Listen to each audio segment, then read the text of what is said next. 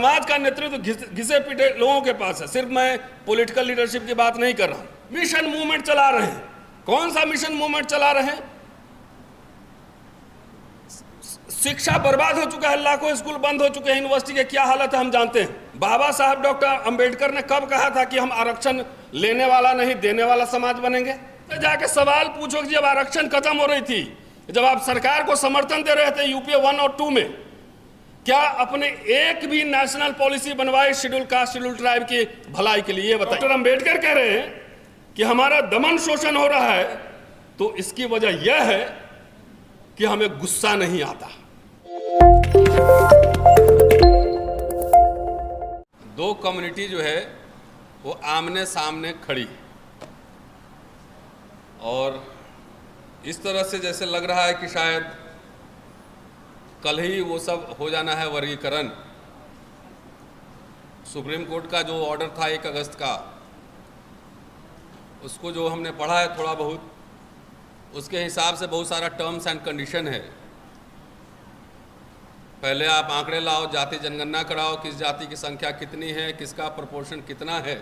अगर एक जाति की संख्या 100 है और उसमें से 10 लोग नौकरी में हैं, और एक जाति की जनसंख्या 500 है और 15 लोग उसके नौकरी में है, तो कितना परसेंट किसका हुआ है, इसका आकलन आप आराम से कर सकते हैं। बगैर किसी आंकड़ा डेटा के इस पर बात करना फिजूल खर्ची है और इसका कोई फ़ायदा नहीं है, और अल्टीमेटली इसके ऊपर राजनीति हो रही है। इस विषय पर जो वर्गीकरण और तमाम ये बात हो रही है, बाबा साहब ने क्या कहा था ये बात मैं आपको बताऊंगा।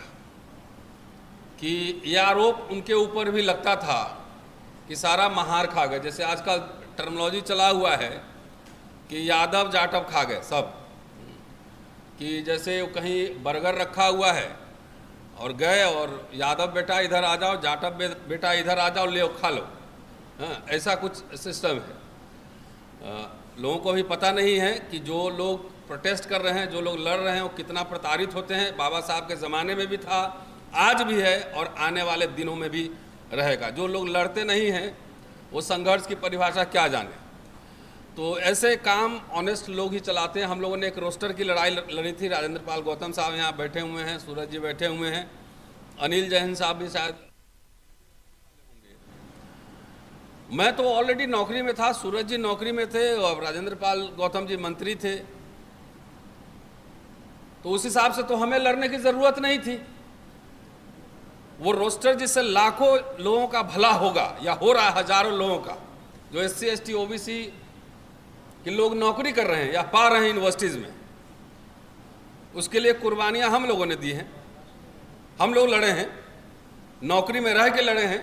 वो किसी एक जात के लिए लड़ा गया? मुझे तो ये पता भी नहीं है कितने लोगों को दिल्ली यूनिवर्सिटी में ही उससे नौकरी मिली होगी, किसी ने चाय भी नहीं पिलाया होगा। ये समाज इतना एहसान फरामोश समाज भी है। मैं खुल के कहता हूँ, नाराज हो जाइएगा तो मर्सिडीज थोड़ी ही मुझे दिए थे कि वापस ले लीजिएगा। इतना एहसान फरामोश है। यही अपर कास्ट के लोग करते हैं तो उसको तो क्या क्या कह के लोग सर पे उठा लेते हैं। यहाँ अपने जेब से नोट खर्चा करके अपने ऊपर मुकदमा लड़के आपकी लड़ाई लड़ी जाए और उसका आपको महत्व पता नहीं, और बाद में आपस में कोई लड़ाएगा, लड़ने के लिए तैयार हो जाएंगे। ये है साथियों, हमारे लोगों के बीच आजकल राजनीतिक चेतना कुछ ज़्यादा ही बढ़ गई है। जिसको देखो सबको राजनीति करना है, सबको MLA बनना है, सबको नेता बनना है, MP बनना है, ये सब करना है, बाकी काम नहीं करना है। 2 आदमी मिलकर 3 पार्टी बना रहा है हमारा लोग। एक अकेले कॉमन मिनिमम प्रोग्राम से दोनों ज्वाइंट बना रहा है। और देखिएगा, आप जाइए घूम के देखिए तो बाघ का, शेर का, चीता का फोटो लगा के ऐसे पोस्टर छपवाता है कि जैसे सीधे अब दिल्ली के सिंहासन पर जाके काबिज होने वाला है। कुछ लोग सिंहासन पर इस तरह से फोटो खिंचवाते हैं कि लगता है कि घर में बैठे हुए लेकिन प्रधानमंत्री के कार्यालय में बैठे हुए। भाई साहब, आरक्षण पहले कटहल था, उसमें जगजीवन राम जब मंत्री थे, और रेलवे में और जब बैंक का नेशनलाइजेशन हुआ तो एक जाति को नौकरी नहीं मिली थी। जो काबिल होता था, उठाओ भाई, कहाँ है एम्प्लॉयमेंट एक्सचेंज में नाम लिखवाओ। यहाँ पुराने लोग बैठे हुए हैं, बताएंगे कि एक आदमी को 3-3 नौकरियाँ मिलती थी, 3-3 नौकरियाँ मिलती थी। अब आरक्षण जो है ना, बिज्जू आम हो गया। बिज्जू आम समझते, इतना छोटा छोटा होता है, उसमें आम का रस कम होता है, गुठली ज़्यादा होता है, और कुछ दिन बाद जो है ना वो रस भी खत्म हो जाएगा, खाली गुठली का गुठली बचा रहेगा। ये हालत हो चुकी है। क्यों? क्योंकि आपने आरक्षण की कोई लड़ाई ही नहीं ली, आपको फ्री में मिला है। और ये बात सही है कि आरक्षण की लड़ाई सबसे ज़्यादा महारों ने लड़ी और डॉक्टर अंबेडकर ने लड़ी है। लेकिन वो क्या महारों के लिए लड़े थे? मेरे पास पेपर रखे हुए हैं, कई कागज लेके चलता हूं बैग में। उन्होंने कहा था कि ये लड़ाई ये महारों की नहीं है, ये महारों के लिए नहीं लड़ी गई है, भारत के तमाम अस्पृश्य समुदाय के लिए ये लड़ाई लड़ी गई है। हम लोग को फ्री में मिला, वो भी खत्म होते जा रहा है। कहीं आपने इतना बचा हुआ है, फिर इतना बचेगा, बोलो इसी में हम लोग बांटेंगे। कोई भारत बंद रोजगार के सवाल पर, कोई भारत बंद शिक्षा के सवाल पर, कोई भारत बंद स्पेशल कंपोनेंट के नाम पर कभी चर्चा में है इस समाज में? आपके बच्चों को फेलोशिप नहीं मिल रहा है, जाके देखिए आउटसोर्सिंग हो गया है, जाकर देखिए प्राइवेटाइजेशन हो गया है, मिनिस्ट्री में जाके देखिए एनजीओ काम कर रहे हैं और वहां पे आपके 5 आदमी भी नहीं मिलेंगे। कोई टेंशन है? कोई टेंशन नहीं है समाज में। तो आने 10 साल इंतजार कीजिए, सब एक कागज में फ्रेम बनवा के फ्रेम और सर्टिफिकेट दीवार पे टांगना पड़ेगा कि एक जमाना था जब हमें आरक्षण मिला था। कोई टेंशन नहीं है, कोई उबाल नहीं है। डॉक्टर अंबेडकर जो कह रहे थे वही बात मैं आपको बताता हूं कि देखिए, हमें तो चौतरफा लड़ना पड़ता है। जो धर्म, जो संप्रदाय हमें हीन देखेगा, भेदभाव करेगा, ऊंच नीच करेगा, सवाल उससे भी पूछा जाएगा, उसको करारा जवाब भी दिया जाएगा, उससे भी लड़ा जाएगा। लेकिन हम अपने समाज को स्कॉट फ्री नहीं छोड़ सकते हैं, फ्री नहीं छोड़ सकते हैं। आलोचना इनकी भी होगी कि 40 साल से आप मिशन मूवमेंट चला रहे हैं, कौन सा अचीवमेंट है मुझे बताइए? कौन सा अचीवमेंट है? जो सरकारी बाबू लोग का संगठन है, करोड़ों करोड़ चंदा जा रहा है, अपनी नौकरी बचवा पाए अपने डिपार्टमेंट में। रेलवे में इतना बड़ा एम्प्लॉय एसोसिएशन है, तमाम जगह है, कभी कोऑर्डिनेशन कमेटी बनी कि निजीकरण के खिलाफ हम भारत बंद करेंगे? तो नहीं। जो प्राइमरी काम है उसको छोड़कर हम क्या कर रहे हैं? तब मिशन मूवमेंट चला रहे हैं, कुंजी छाप किताब लेके गांव गांव घूम रहे हैं, पर्ची काट रहे हैं, चंदा काट रहे हैं। अपनी नौकरी बचा लो, रिटायर तो हो गए, बच्चों को नौकरी नहीं मिल रही, ये कभी ध्यान में आया? इस पर चर्चा हुई, बहस हुई? मैं कोई नेता नहीं हूं, ना आपसे वोट लेता हूं, ना चंदा लेता हूं। एक इतिहास के छात्र होने के नाते समीक्षा करता हूं। ब्राह्मणवाद, मनुवाद से भी लड़ेंगे, लेकिन आपसे भी लड़ेंगे। डॉक्टर अंबेडकर को भी मांगो, मांगो, ढोर, चमार समुदाय, तमाम तरह से उनको चैलेंज मिलते थे, उनको लड़ना पड़ता था। तो हमारे समाज का अगर नेतृत्व इंटेलेक्चुअल नेतृत्व नहीं है, हमारे समाज का नेतृत्व घिसे पिटे लोगों के पास है। सिर्फ मैं पॉलिटिकल लीडरशिप की बात नहीं कर रहा हूं, मैं इंटेलेक्चुअल लीडरशिप की बात कर रहा हूं। अगर उनके पास है तो इस समाज का जो हाल हुआ है, 15 साल 10 साल और ठहर जाइए, 10 साल ठहरिए। मिशन मूवमेंट चला रहे हैं। कौन सा मिशन मूवमेंट चला रहे हैं? शिक्षा बर्बाद हो चुका है, लाखों स्कूल बंद हो चुके हैं, यूनिवर्सिटी की क्या हालत है हम जानते हैं, सरकारी दफ्तरों में क्या हालत है वो भी हम जानते हैं। क्लास 3, क्लास 4 आउटसोर्सिंग हो गया, प्राइवेटाइज हो गया, कोई आंदोलन नहीं है। मिशन मूवमेंट चल रहा है, चला लो भैया। हमारे नेता और हमारे समाज के लोग, आप सब देखिए, मैं बार बार इस बात को रिपीटेडली, मैं पूना में भी परसों बोला हूं, शनिवार को, आज भी कह रहा हूं कि आप लोग नींद में सपने मत देखिए, आंख खोल के सपने देखिए, रियलिस्टिक ड्रीम्स पे आइए, जो रियल हम अचीव कर सकते हैं। बाबा साहब डॉक्टर अंबेडकर ने कब कहा था कि हम आरक्षण लेने वाला नहीं देने वाला समाज बनेंगे? कभी कहा, पढ़ा है कहीं आपने? कब कहा था कि आरक्षण हम लेने वाला नहीं देने वाला समाज बनेंगे? हमारे इधर कहावत है कि बाप मर गया अंधेरा में, अब बेटा के नाम पावर हाउस। डॉक्टर अंबेडकर तो आरक्षण लेने वाला बने, उससे ज्यादा विद्वान है, उससे ज्यादा बड़े नेता है। यह सब दुनिया का सबसे बड़ा झूठ है कि हम आरक्षण देने वाला बनेंगे। एकदम गलत बात है। जो मिला था वो भी खत्म हो रहा है, सब खत्म हो गया। IIT में आपके बच्चे सुसाइड कर रहे हैं, मेडिकल कॉलेजेस में आपके बच्चे सुसाइड कर रहे हैं, कोई सुगबुगाहट नहीं। क्या है, हम राजा बनेंगे, हुक्मरान बनेंगे तो एक दिन में सब ठीक कर लेंगे। न राधा के 9 मन तेल होइए, न राधा नची है। किसी नेता को, बड़े बड़े नेता को किसी देखा है कि एक डेलीगेशन ले जाकर प्राइम मिनिस्टर से मिले? सुना है? आप लोग को भी गुदगुदी लगता है, रिटायरमेंट के बाद तुरंत एमएलए का टिकट चाहिए होता है।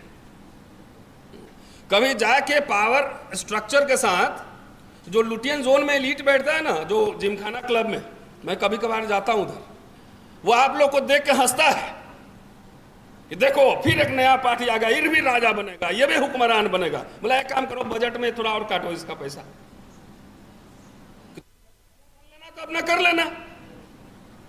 तो हर साल बजट कटौती हो जाती है। पहले अखबारों में छपता था कि schedule caste, schedule tribe, special component plan में इतने पैसे मिले।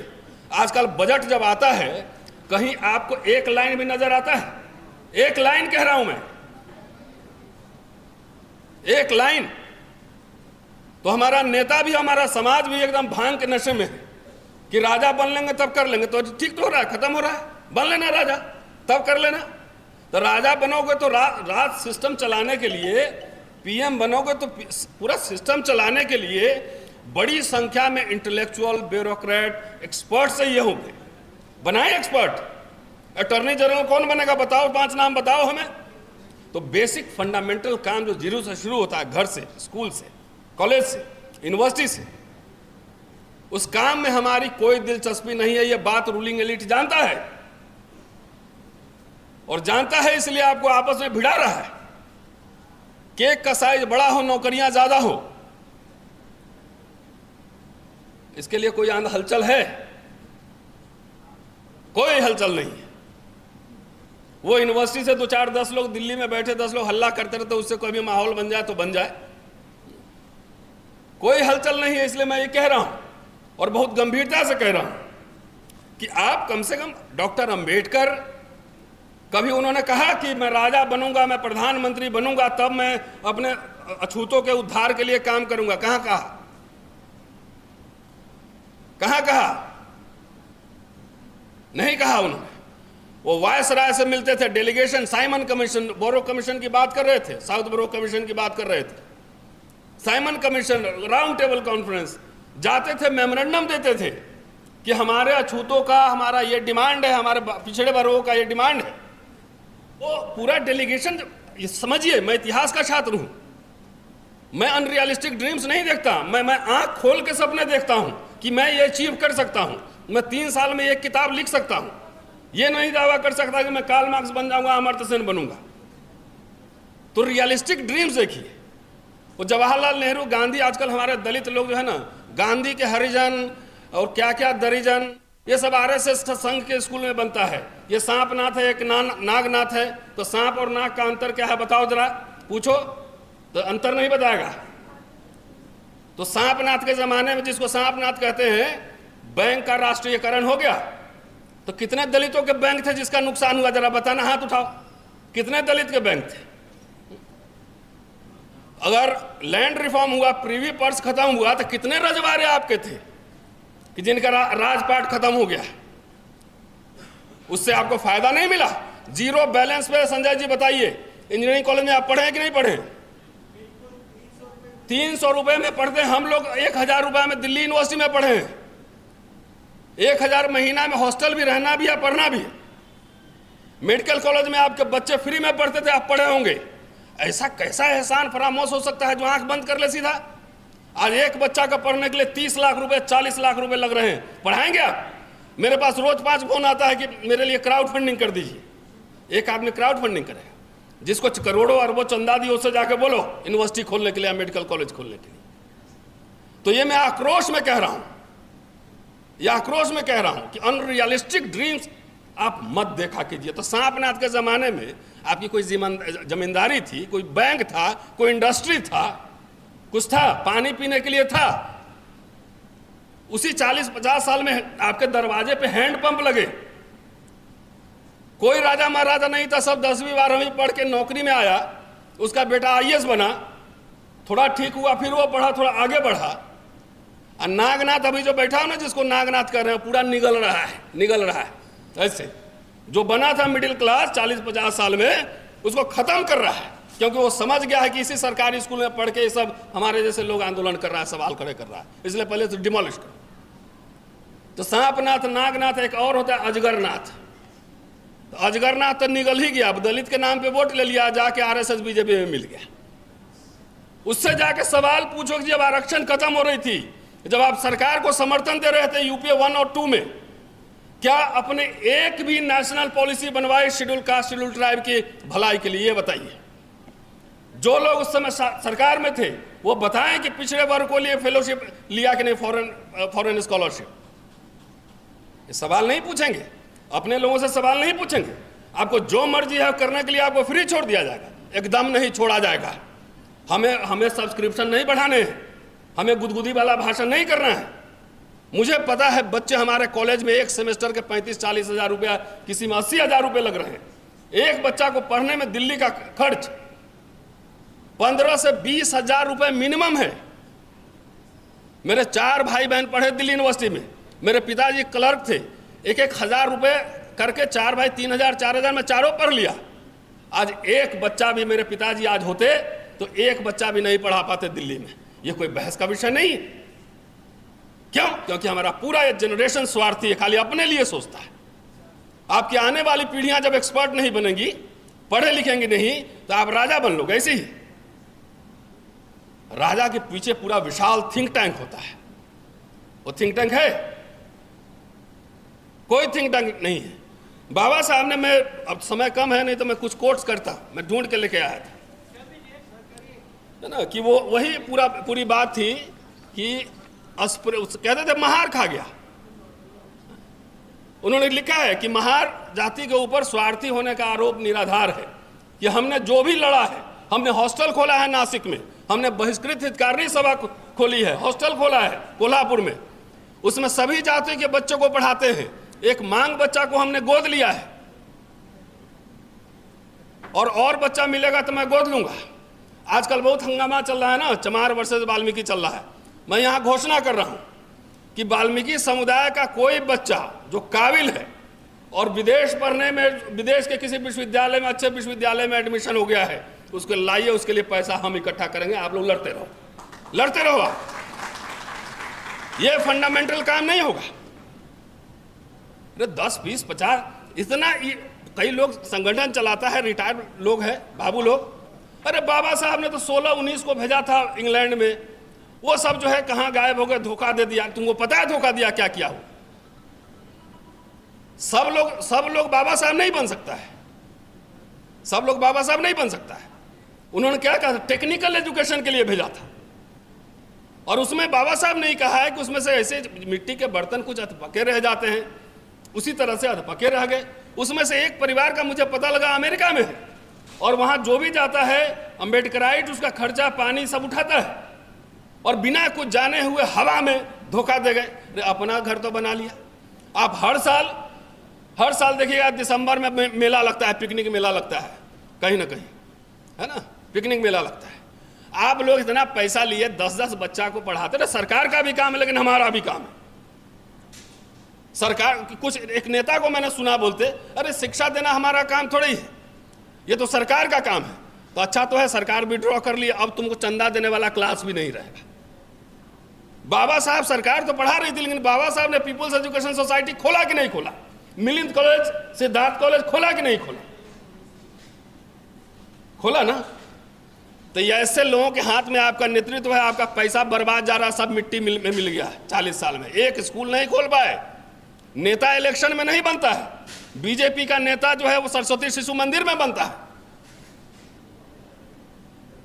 ये बात समझने की है। बाबा साहब ने कहा ना कि ये गैर महारों का दुर्भाग्य है कि मेरे जैसा आदमी उनके समाज में पैदा नहीं हुआ। उन्हीं का स्टेटमेंट है, उन्हीं का स्टेटमेंट है। तो हमें वो भी एक और बात कर रहे हैं, उसके साथ मैं कंक्लूड कर दे रहा हूं कि बहुत सारे लोग होंगे।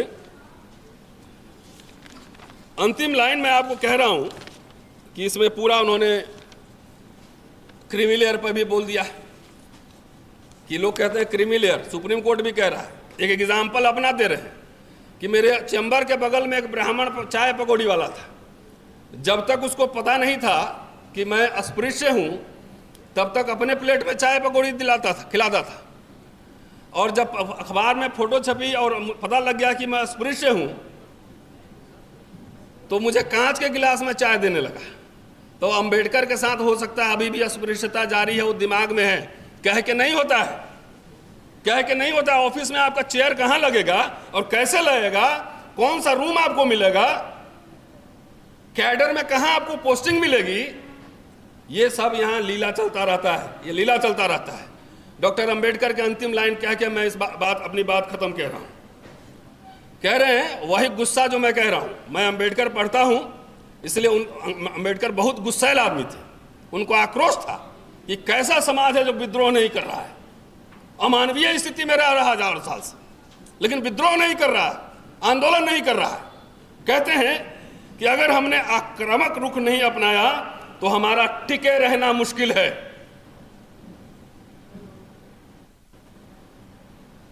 आंदोलन कोई है, कोई बोट क्लब अब जाम हो रहा है, देश में कोई रैली निकल रही है, नौकरी में हिस्सेदारी की बात हो रही है, कोई आक्रामक है? क्योंकि हमारे नेता आजकल, बहुत सारे नेता टिकाऊ नहीं बिकाऊ हो गए, तरह तरह के शिकंजे में फंसे हुए। आप एक बात याद रखिएगा, आदमी में एक स्वार्थ होता है एक अलग तरह का, आप सब लोग भी उसी के पीछे भागेंगे। अभी एक एसएसओ साहब आ जाएंगे ना तो सलाम करने चले जाएंगे, एक मास्टर आएगा तो उसको नहीं पूछिएगा। आप भी सत्ता के और पावर के पीछे भागते हैं, और इस बात को रूलिंग एलिट जानता है कि कितने में बिकोगे, बोलो। एमपी का टिकट चाहिए, लो। मिनिस्टर बनना है, लो। कितने पैसे चाहिए, लो। ऐसे लोग कभी आपका नेतृत्व नहीं ले सकते हैं, वो कहीं ना कहीं आपको अजगरनाथ है, अजगरनाथ पेट में निगल लेगा। अब पता लगा कि आप खाली ढोलक बजाते रहो, मूर्ति में देखो, मूर्ति में पत्थर की खेती खाली करो। बाबा साहब अंबेडकर, बुद्ध, कबीर, फूले के अनुयायी थे, उनको अपना गुरु मानते थे। कितने मूर्तियां उन्होंने लगवाई, जरा बताइए मुझे कोई। नहीं, मैं अंबेडकरवादी हूं। काहे का अंबेडकरवादी हो? जो पढ़े अंबेडकर का उल्टा काम कर रहे हो, कह रहे हो कि व्यक्ति पूजा नहीं करना चाहिए, अंबेडकर कह रहे थे, और आप वही पूजा कर रहे हो। अंबेडकर विचारों की खेती कर रहे थे, डायलॉग से, कम्युनिकेशन से, आर्गुमेंट से आपके लिए इतना कुछ दे के गए, और जो दे के गए उसको भी नहीं बचा पा रहे। आप पत्थर की खेती कर रहे हो, इतना बड़ा ऊंचा फीट, उसमें सब ताली बजा रहा है ऐसे, यहाँ पे इतनी बड़ी मूर्ति लग गई, यहाँ पे इतनी बड़ी मूर्ति लग गई। अब पता लगा नीचे से स्कूल कॉलेज गायब कर दिया। तो डॉक्टर अंबेडकर कह रहे हैं कि हमारा दमन शोषण हो रहा है, तो इसकी वजह यह है कि हमें गुस्सा नहीं आता, गुस्सा नहीं आता। चूंकि मैं गुस्सैल आदमी हूं, बाबा साहब का बिगड़ा चला कहता हूं, मैं अपने आप को अंबेडकरवादी नहीं कहता। कि अंबेडकरवादियों ने जितना नुकसान अंबेडकर का किया है ना, उतना किसी और ने नहीं किया है। और मुझे इन अंबेडकरवादियों ने फोर्स किया कि मैं अंबेडकर को पढ़ूं, और बगैर पढ़े हुए मैं बात नहीं करता। इस समाज में गुस्सा नहीं है, आक्रोश नहीं है। हमारे पूर्वजों ने अन्याय का प्रतिकार नहीं किया, यह उनकी सबसे बड़ी गलती थी। अपने बच्चों को तो इस घर में ही कायर बनाते हो, नहीं बनाते हैं? बेटा उससे झगड़ा मत करना, चुपचाप बस्ता लेके आना घर पे, किसी से बहस मत करना। तो जब पूरा जनरेशन कायर बनाओगे तो बहादुर कहां से लाओगे? हम अपने बच्चों को ये सब नहीं सिखाते हैं, हम खुद ही वैसा नहीं है। हमको टक्कर लेना होता है तो अपने प्रिंसिपल से सबसे पहले वहीं लेते हैं टक्कर, भले इसका नुकसान जो करना, जो होना हो देखा जाएगा। क्योंकि बाबा साहब के अगर पूरे फिलॉसफी को एक लाइन में मैं कंक्लूड करूं तो कहते हैं कि nothing is more disgraceful for a brave man than to live a life devoid of self respect. स्वाभिमान और आत्मसम्मान से बड़ी चीज कुछ भी नहीं हो सकती है।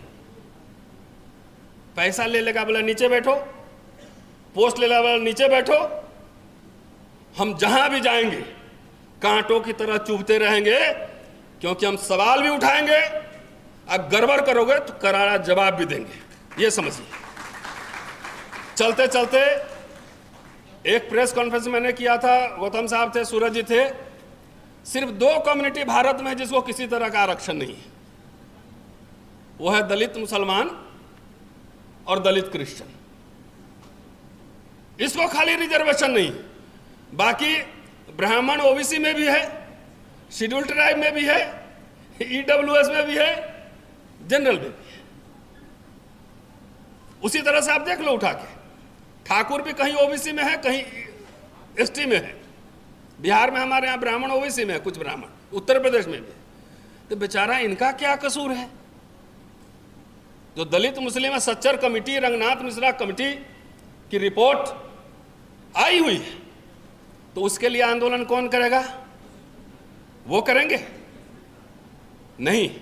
जो डोमिनेंट सेक्शन है सोसाइटी का, वही हर समय आंदोलन करता है। और ये अंबेडकर कह चुके हैं कि 80% महार है महाराष्ट्र में। अगर महार निकल गया इस आंदोलन से तो न धर्म परिवर्तन होगा, न आपको कोई अधिकार मिलेंगे। सरकार की यही साजिश है कि जो लोग लड़ सकता है, भिड़ सकता है, उसको साइडलाइन करके बैठा दो घर में। बाकी तो इन लोगों को तो देख ही लेंगे कितना क्या करना है। तो वही कह रहे हैं कि इतनी संख्या में लोग जब निकल जाएंगे तब बाकी बचे लोग क्या कर सकेंगे?